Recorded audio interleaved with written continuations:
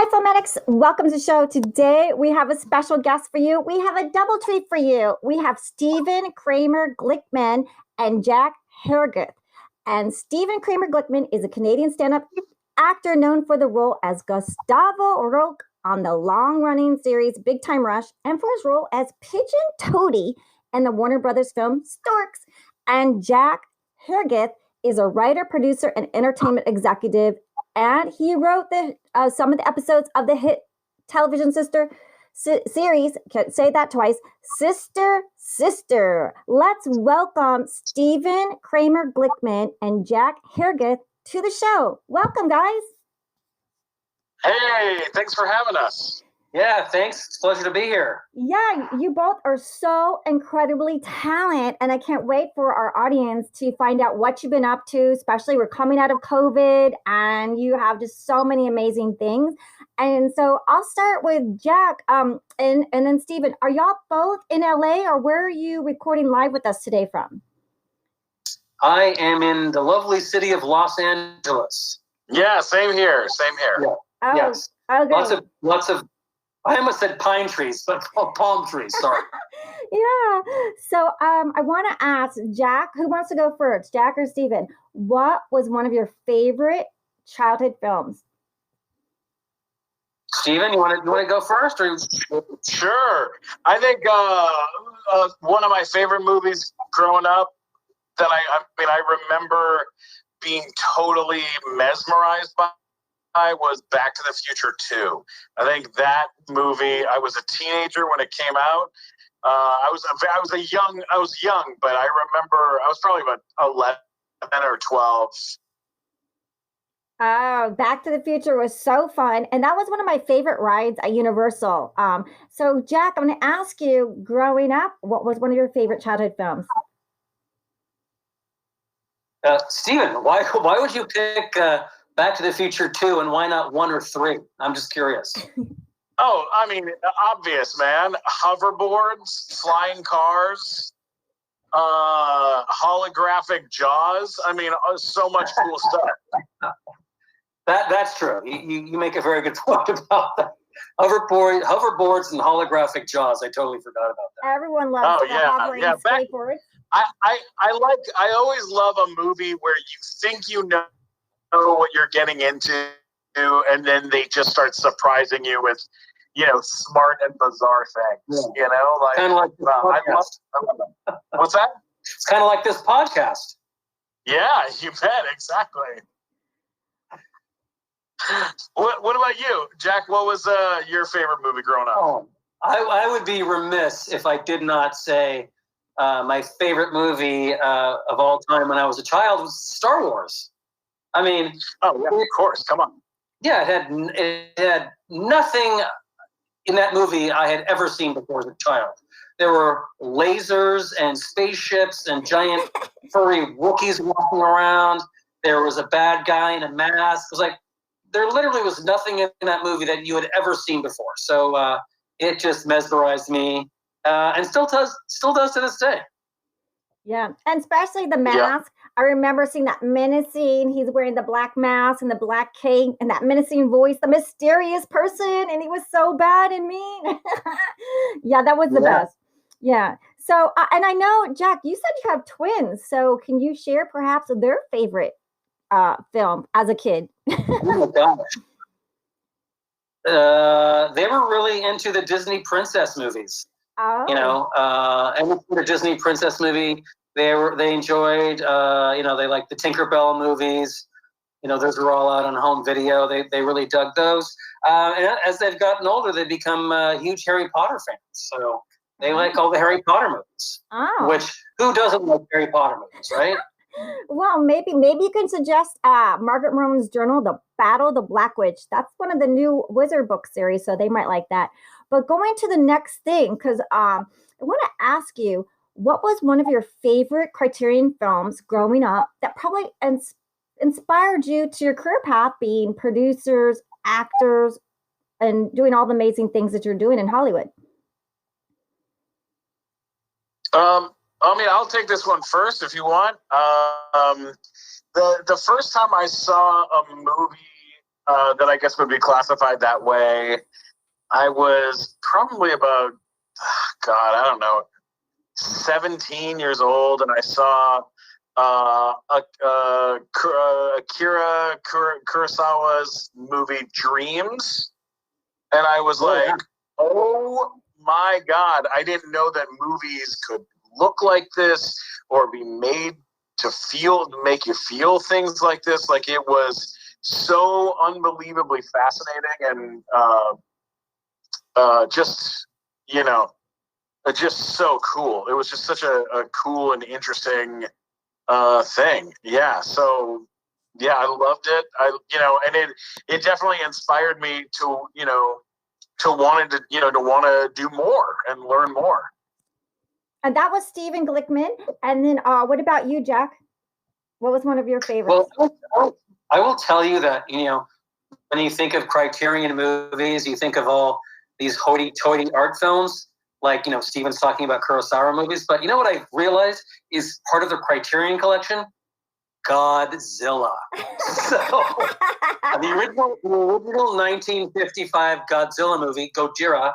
I mean, when I was a kid, in addition to like Star Wars, I mean, you can't lose with Godzilla. I mean, I was another film that, if you watch the original movie, it is really dark, and it's a commentary on nuclear war. But as a child, you don't sort of pick up on all those, the subtleness of all that. But what you do see is a giant lizard in a suit stomping its way through Tokyo. But I would say it works on both levels. It works as a movie for kids, who love those type of monster movies. But also, as an adult, I rewatched it, and with a different point of view and sort of in a different context. And I think it's a great film. Wonderful. And then speaking of that, do you have a favorite director? And can you share one of your favorite film shots in a movie that just is one of, as a producer or actor that you would have loved to have either shot or either have been in as an actor? Oh, man. Pressure. That's a good, tough one. I don't know. I think after I just rewatched Pulp Fiction, and then I went back and watched a couple other. I watched Kill Bill, and man, after watching those movies, I just want to be able to spend some time in the presence of Tarantino at some point in my life. Like, he's so cool, and his dialogue is just so brilliant and fun and weird and quirky, and so he's just such an interesting guy. And Once Upon a Time in Hollywood, I saw Once Upon a Time in Hollywood 4 times in the theater because wow. I just couldn't believe how, like, I love Hollywood. Like, I'm a big Hollywood nerd about, history and all that kind of stuff. So when I saw that it was, when I saw that that's what it was about, all that kind of stuff, I got really hooked on it. I wanted to watch it in the different theaters. I wanted to see it in the IMAX. I wanted to go watch it, on a little screen. I wanted to go to the ArcLight. Like, I wanted to go everywhere and watch something that's, beautiful. And it was cool. It was a great movie. And thank goodness we watched them before COVID came, because then you'd have to watch it on streaming. Well, I know, right? You got it in there. And Jack, I just wanted to piggyback on Stephen's comment. I've only seen that movie once, but Once Upon a Time in Hollywood. But there's that one scene in the movie where Brad Pitt drives up to the ranch, and there's that whole scene where all the Manson's people are in the house, and he goes to see Bruce Dern's like in the back of the house. That whole scene to me was so well done. It's like one of my favorite scenes in the movie because it's so built up with tension that you think, okay, these people are going to kill Brad Pitt at any moment, and you can just feel the tension in the scene, and then that doesn't happen. So that scene really stands out in that movie for me. I'm with you on that for sure. In terms of my movie that I just shot that always amazes me And this is a movie I saw when I was a kid, was the original. You're going to think I'm just a crazy monster movie person, but the original Planet of the Apes movie where Charlton Heston is on the beach and you pan up to see the shot of the Statue of Liberty and he flips out. That shot just really made a huge impression on me. Like, oh, wow. It's like it was a whole mind trip that they've been on Earth the entire time. And you don't even realize it until the very end. So that really made an impression on me as a kid. Yeah. Wow. Yeah, I get that. Yeah, so brilliant directors and storytellers can just make that movie, just add those little touches that really stand out in your mind to just make them memorable. So I want to ask you, so you're both, did you both, Jack and Stephen, did you grow up in Los Angeles? No, I'm from London, Ontario, Canada. I grew up in San Diego, and then I had, I have family that lives here in LA, and I absolutely just loved coming up here, and became kind of the cool place to be able to check out as often as I could, and was very like obsessive about wanting to come and hang out in Los Angeles. Come and hang out. So, Stephen, how did you so you came from San Diego and Ontario, and then you came to Los Angeles. How did you start your career path to, being this amazing comedian and actor and podcast host of Never Give Up with Jack Herrguth? Oh yeah, Never Surrender. Yeah. It basically, I went to school for acting here in Los Angeles at the American Academy of Dramatic Arts.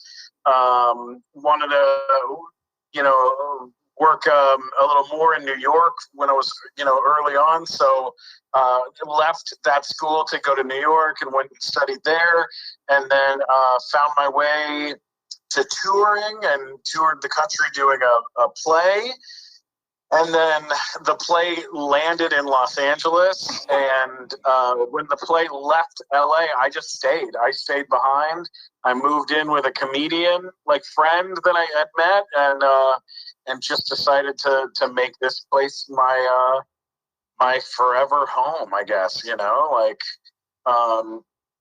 stand-up basically led to all the other pieces of the career, Did you always want to do stand up, or was it your roommate that was a stand up? Did you just kind of say, "Hey, that's really cool"? It was just something that I thought was a fun thing to try, and it kind of led me into meeting a new group of friends, a new group of people. It was pretty cool, and then that has kind of led to all the other stuff, really. Yeah, that's how I met Jack. Me and Jack met at the Improv. At the Improv? That's right. We had a mutual friend who was a comedian who had been around forever. He was a guy who started out in the 80s, and I'd say Stephen and I met probably 10 years ago, maybe more than that, and at the Improv, and struck up a conversation outside the club one night, and we've been friends ever since. Oh. The mutual friend, Jack is being humble, but the mutual friend was Jay Leno. He was very, very nice, and he would invite us over to play racquetball at his house. And my God, just Jack is a much better racquetball player. He would let us drive around in his cars too, right? Yep. Yeah. What was that car called that we got to drive that was made of wood? A Woody. Yeah, that's what it was. Yeah. He's like, hey, Jack, hey, Stephen, you want to get in my car and go for a ride? Yeah, we were like, okay, all right, Jay, if that's what you want to do, and then I drove it for a while, and then I got a splinter from the car. What? Yeah. It was a whole thing. It's kind of like, Marilyn, how pain brings people together. That's really what got me and Jack to become the friends that we are. Is the absolute enormous pain it was when I got a splinter from Jay Leno's wooden car. That bonded you forever. We had to chop you out of the car, right? Remember? Yeah. Oh my gosh. Yeah, I mean, I hear Jay Leno, like, sounds like Jack and Stephen, you're like so nice and so sweet. Jay Leno is really, really sweet. I got to go to Tito's birthday party, who works with Jay Leno, and he's like, "Would you like a drink?" And I'm like, "OMG!" This guy, I went to go get punch, and this guy asked, "Hey, would you like some punch?" And it's literally Jay Leno handing me some punch, and I'm like, "Sure, thank you." It's like trying to be really cool, and you're thinking, he just gave me punch. He just made punch and gave me punch. So very nice guy. Wow, Yeah, Great. yeah. that's cool. Yeah. You know what? When I first got out of college, I went to this event that Jay was at, and I was trying to break into showbiz, and I didn't know how to do it. So my friend and I decided we're going to sneak into like the Emmys, just going to sneak into it, and then we'll get a bunch of celebrities, and they'll hire us for jobs. So I don't know why we decided that was the best way to break into Hollywood, but we snuck into the Emmys. And we were at, I think it was the Golden Globes, because it was at the Beverly Hills Hotel. And we walked up to Jay Leno, or I did, and he was like hosting the Tonight Show at the time.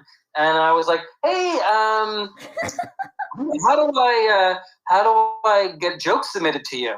And he was like, "Well, like, what kind of jokes do you write?" And I had literally never written a joke in my entire life, and I said, "Oh, I write political and I write topical stuff." And he's like, "Oh, well, here's my fax machine number," which tells you how long ago this was. He goes, "Fax your jokes to me." And I was like, "All right."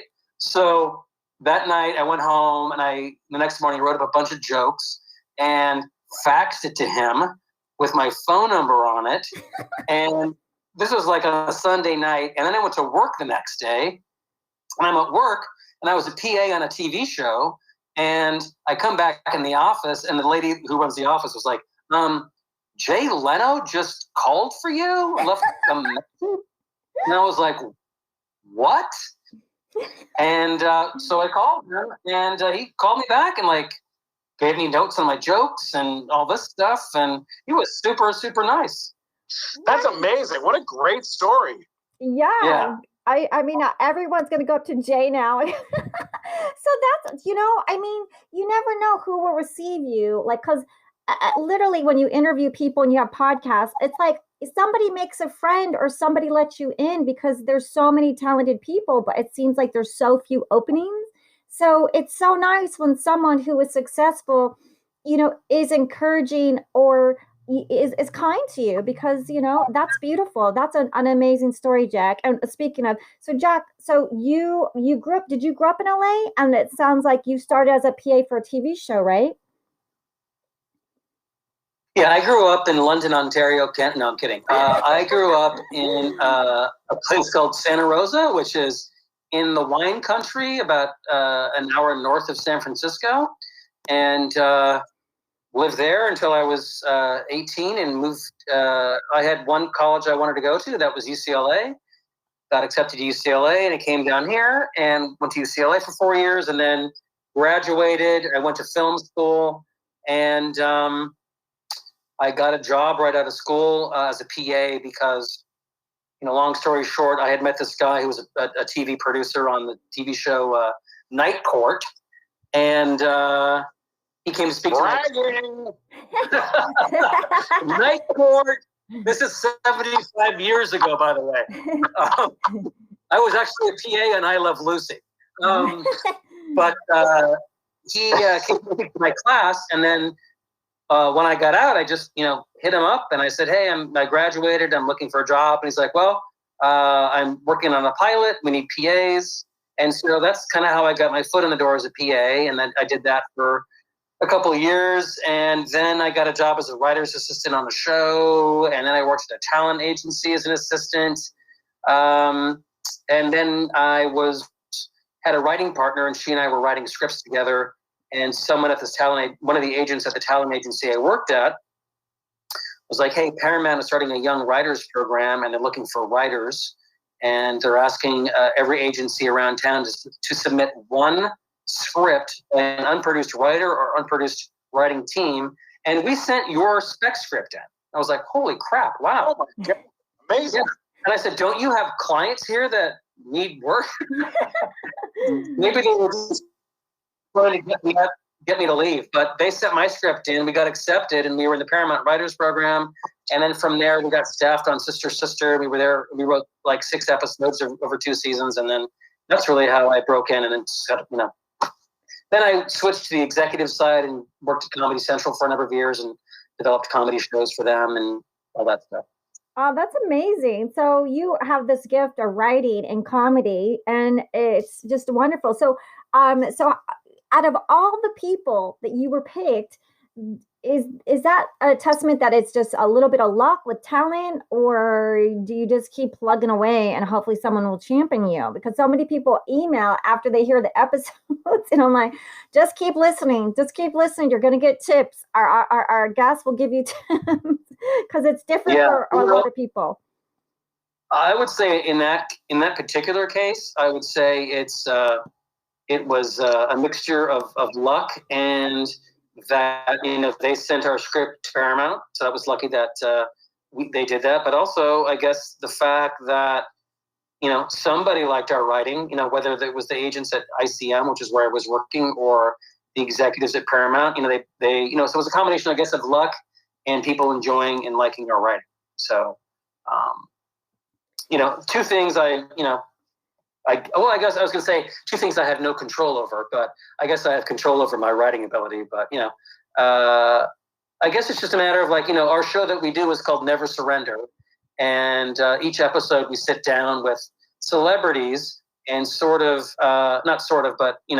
we sit down to hear their stories about, their setbacks and their struggles on the road to success. And, I think the main lesson that Stephen and I have taken away from our show is that all of these, big time celebrities, whether they're actors, whether they're writers, comedians, producers, directors, is that just don't give up. Don't stop trying.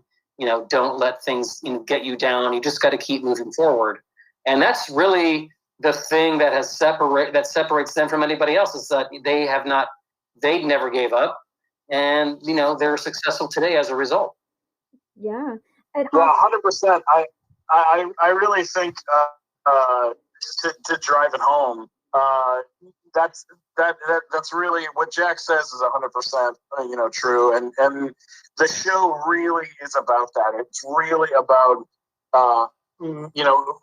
getting through difficult times when it feels like you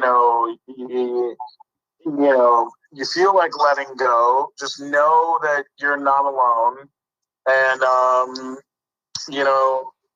there's days that are long, and sometimes, you just have to keep on fighting, because, everybody,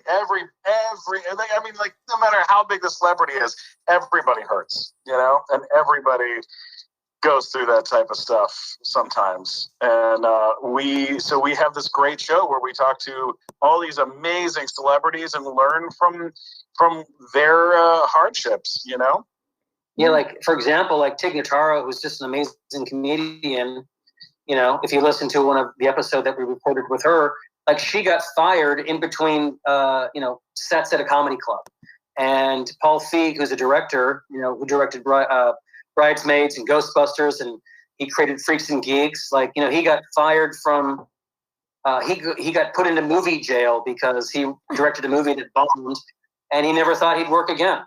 So it's just a matter of, yes, this business is full of rejection, but that's part of it, and you have to realize that's part of it. And yes, it does get you down. It's gotten me down. I know it's gotten Stephen down at times when we've faced setbacks and struggles in the business, but again, the big lesson we learned is just keep moving forward. That's beautiful. 100%. That's beautiful. Thank you so much, Jack. And Stephen, I want to talk about some fun things too, because I want our audience to know that, Stephen, can you share, you do this really great Pigeon Toady and Warner Brothers Film STORKS. Can you give us a little sample? Oh, sure. So I was in this movie called Storks, and I played Pigeon Toady in the movie. He's a very fun character, and I worked on that for 3 years over at the Warner Brothers folks. Did you ever see the movie, Marilyn? Yeah, it's really cute, really cute. It's so cute, such a sweet movie. So, I was basically just doing an impression of my college roommate, and it turned out my college roommate and Nick Stoller, our director, his college roommate, they're very similar. They both kind of sounded like, "Oh, hi, what's up, bro? What you doing, bro? Yeah, bro. Oh, it's awesome." So but my friend who talked like that, he was also a bit of wasn't the nicest guy, so he would say really mean stuff to me, but with that voice, and it always just stuck with me as a funny choice for a character, Oh, yeah. It sounds like my little character Chorizo in The Secret Lives of Shady Cats. Maybe you could be Chorizo when it gets greenlit one day. So I'm going to think of you for Chorizo. He's a little chihuahua. Absolutely. He's a little chihuahua. Steven, I think you just got an offer.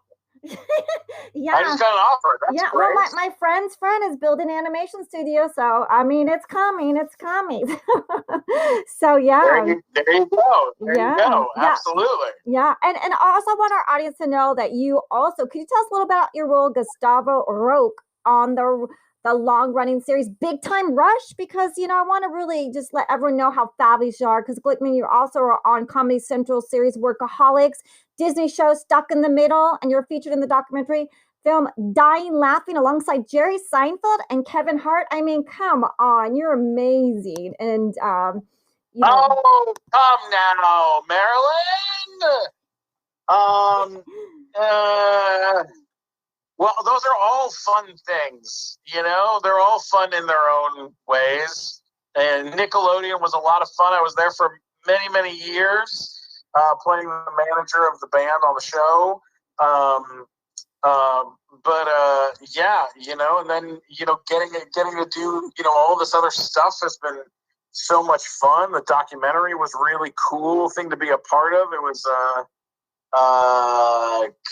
Jerry Lewis's last thing he ever did, and Jamie Foxx and Kevin Hart and all sorts of great people were in it. It was great. It was great.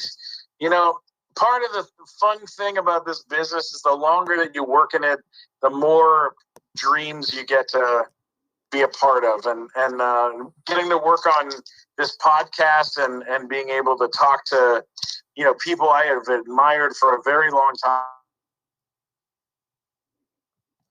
Yeah. And then Jack, also, I just want the audience know a little bit more about you. Jack, you're writer, producer, entertainment executive, and that's what it's all about. Yeah, and you also developed Nathan for You at Comedy Central, and the feature film Never Surrender, a Galaxy Quest documentary, which is available on Amazon. And you produced the comedy game show Pop Cultured with Nikki Urban and Jim Paradu. And that's all Jack. That's all Jack stuff. That's what Jack did. He made all of those. He's the best, man. He's the best. Yeah. And so, where do people? Where can people keep up with you? We got your podcast. So your podcast is called Never Surrender, right? And that's coming out. It just launching. It's out now. It's out now. Great. And also, Jack and I have an announcement that we want to make. Okay. We are starting a product to regrow hair on the top of your head. It's mostly for men. We haven't figured out the formula for women yet, but we are advertising it on the show, and it's called Folica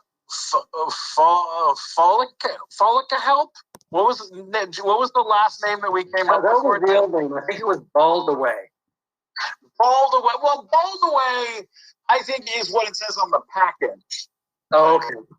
I think it's like we're working on our Shark Tank pitch for it. But Marilyn, if you know anyone that's bald, tell them to listen to Never Surrender